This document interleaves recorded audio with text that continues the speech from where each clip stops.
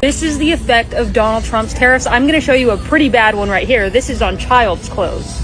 You can see they ripped off the bottom. That's what it's supposed to look like, $6.98. These are up to $10.98 now. That is a $4 increase. In the early hours of August 7, 2025, President Donald Trump activated his long-planned global tariff package. Duties of 10 to 50% on more than 90 countries, pushing the average U.S. import rate above 17%, the highest since the Great Depression. Canada was already on his list.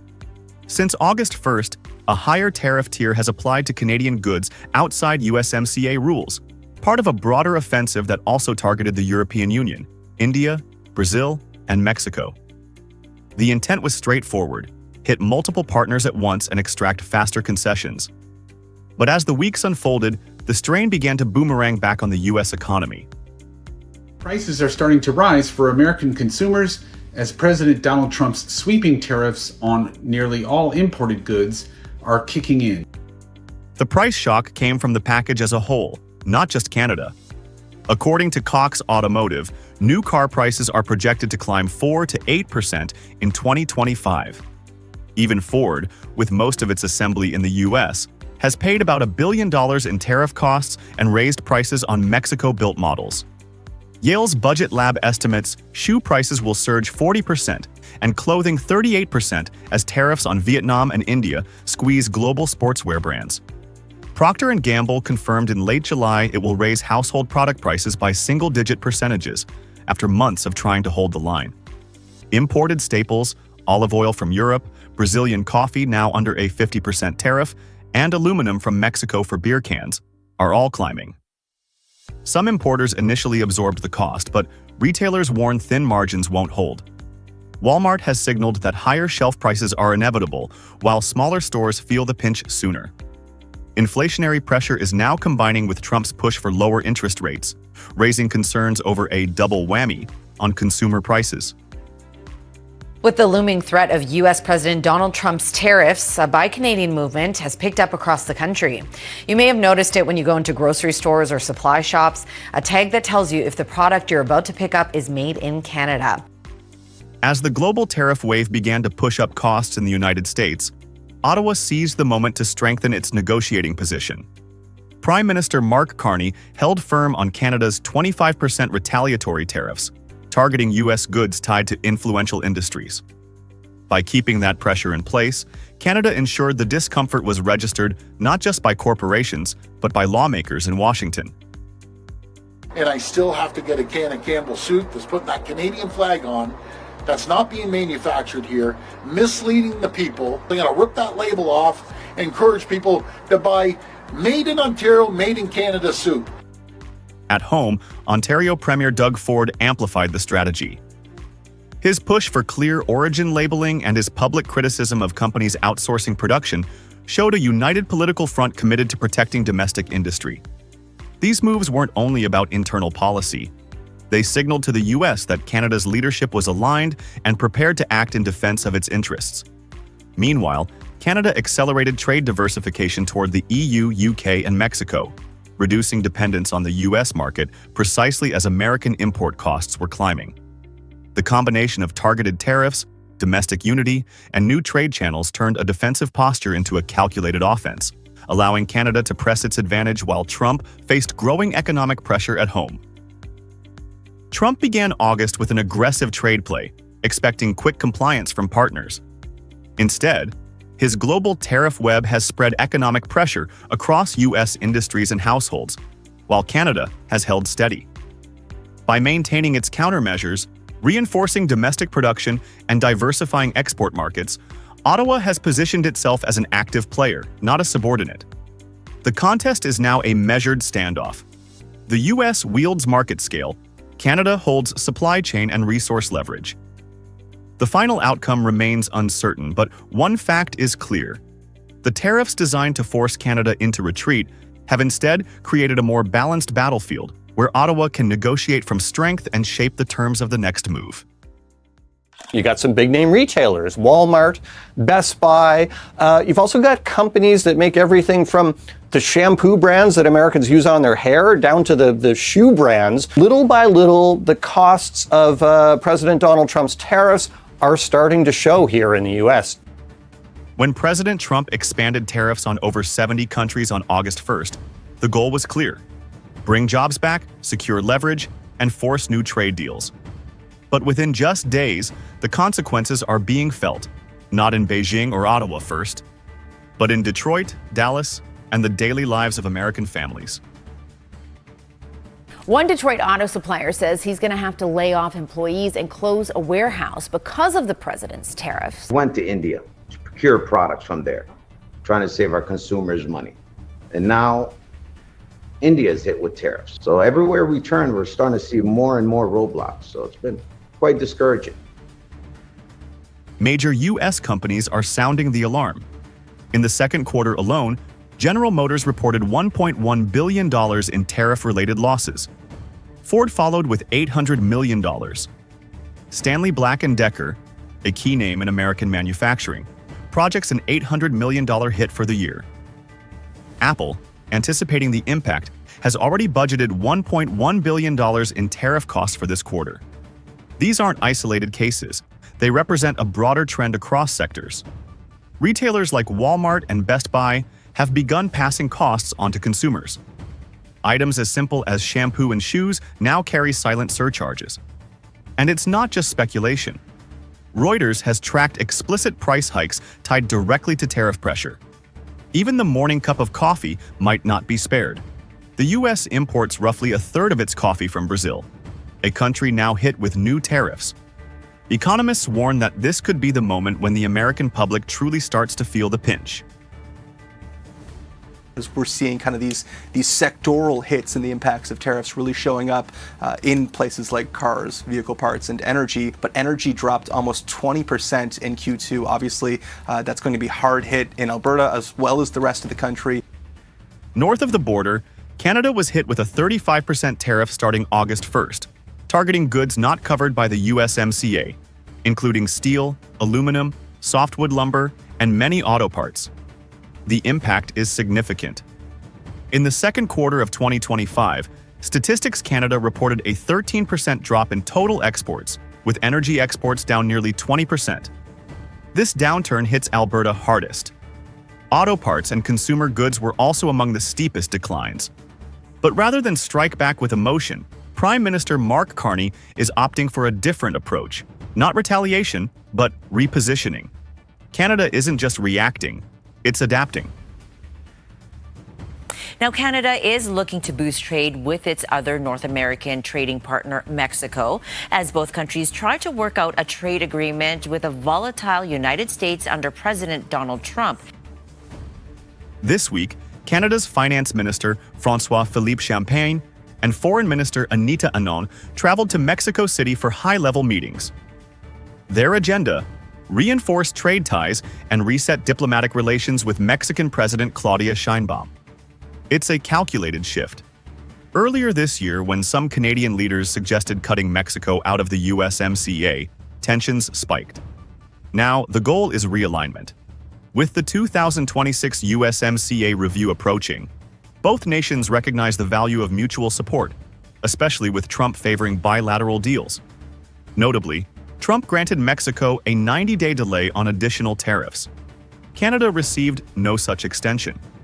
This disparity has fueled Ottawa's urgency to solidify Mexico as a regional partner.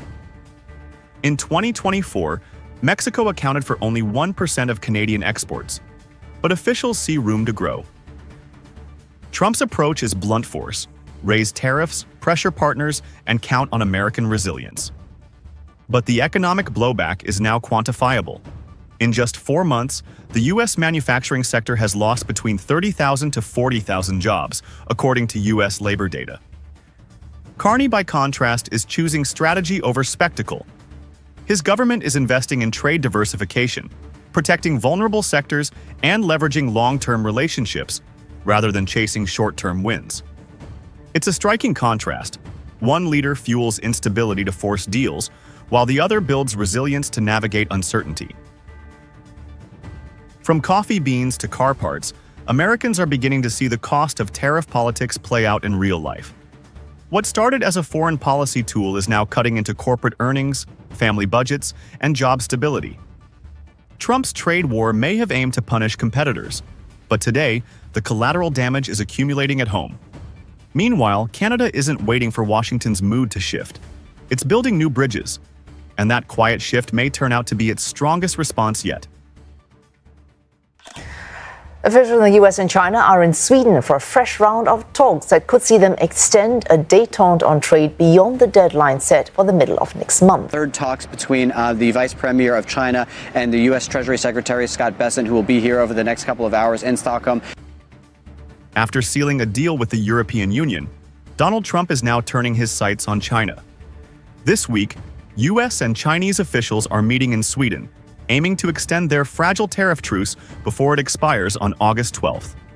The talks are quiet, but the stakes are enormous. And this time, the battlefield looks very different. Inside the Stockholm talks, both sides bring heavy demands. Washington wants Beijing to commit to opening its banking and investment sectors, cut down imports of Russian and Iranian oil, and buy more U.S. energy and food. In return, Trump's team may offer selective relief, loosening export controls on aerospace parts, semiconductor tools, and possibly scaling back some visa restrictions. But China isn't coming in weak.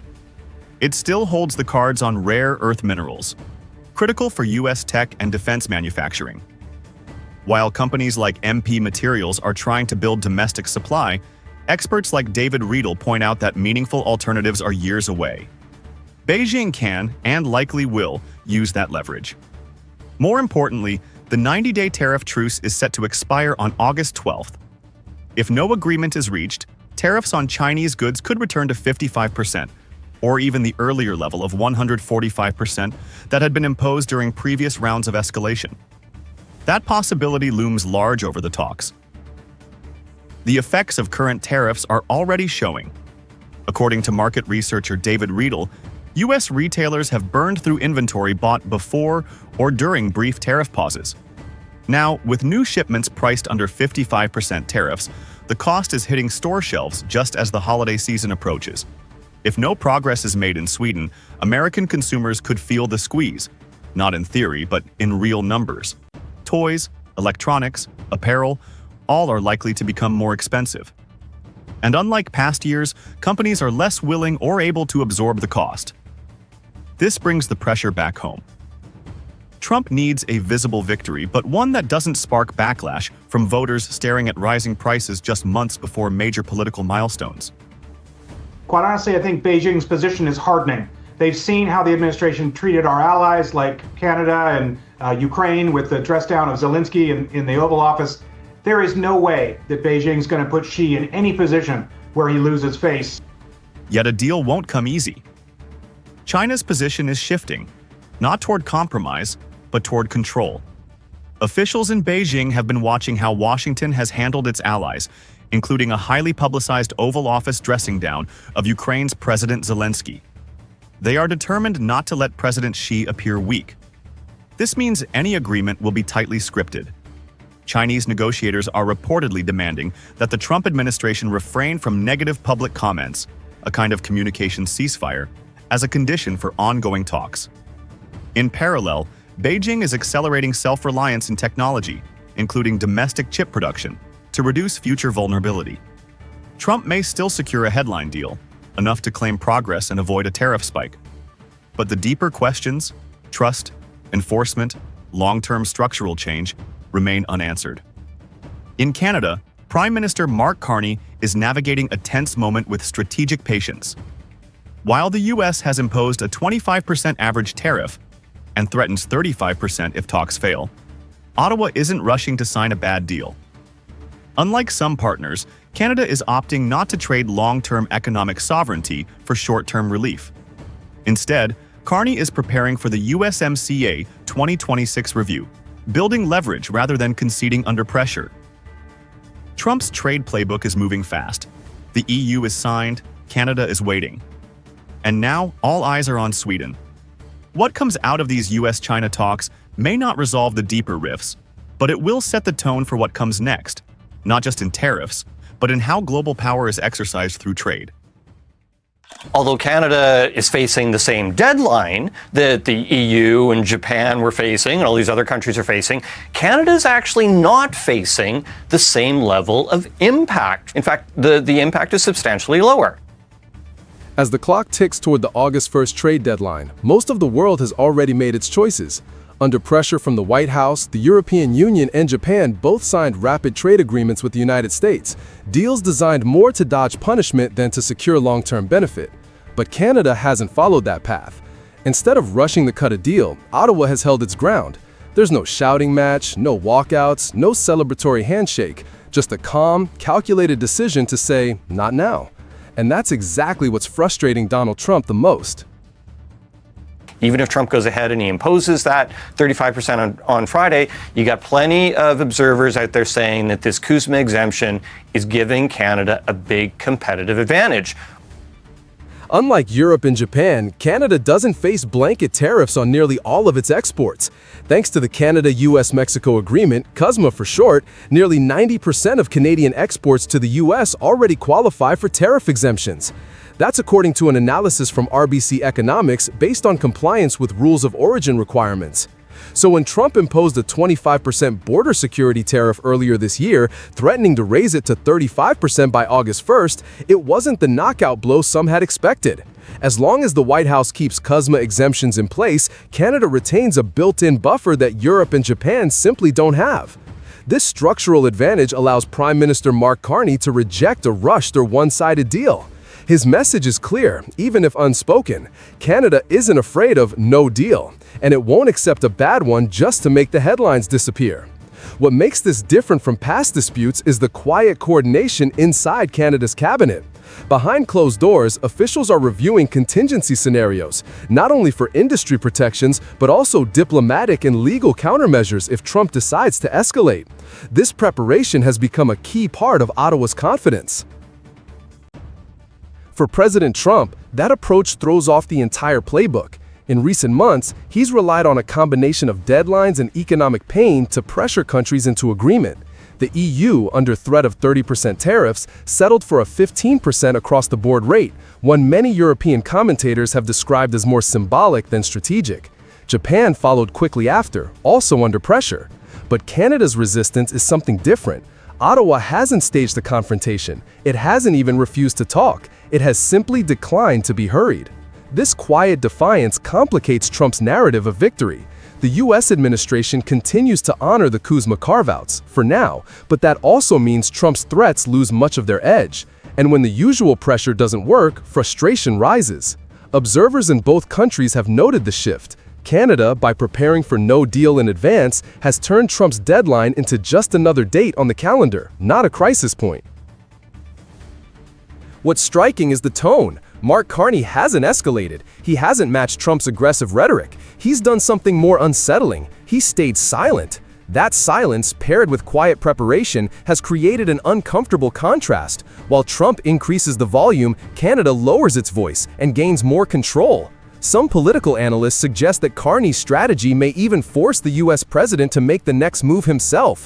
Whether that's a concession, an extension, or another round of tariffs remains to be seen. But the fact that this uncertainty now cuts both ways is a shift in itself. As the deadline arrives, one thing is clear: Canada is rewriting the rules of engagement.